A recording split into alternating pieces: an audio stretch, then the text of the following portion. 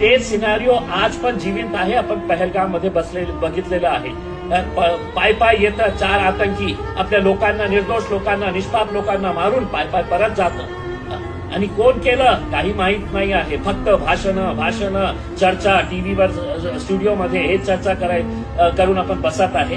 पण जे लोक मेलेले आहे त्यांना आपण आज क्षमा करा.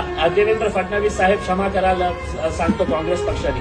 काँग्रेस असू द्या, भाजप असू द्या, राष्ट्रवादी असू द्या, कोणत्याही पक्ष असू द्या, यांच्या घराच्या लोकांच्या समोर तुम्ही जाऊन त्यांच्या डोळ्यामध्ये बघून हे सांगू शकता का की नाही तुम्हारे घर का बच्चा मरा था, हमको मालूम नहीं किसने मारा है करके, अब भूल जाओ, सब प्रक्रिया को भूल जाओ. हम सिर्फ कांग्रेस वालों से तो माफी मंगवाएंगे, कांग्रेस वाले कहेंगे की भाजप वालों से हम माफी मंगवाएंगे.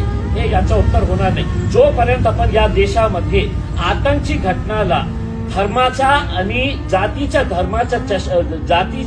चष्माच्या दृष्टिकोनातून आपण बघणार, तोपर्यंत आपल्याला न्याय मिळणार नाही. अशाच प्रकारचे निकाल येत राहणार, चर्चा होणार, पुन्हा एक घटना होणार, 20-20 वर्ष थांबावं लागणार आणि तेच तसंच प्रकारची प्रक्रिया आपण करत बसणार आहे. टीव्ही स्टुडिओमध्ये चर्चा करू.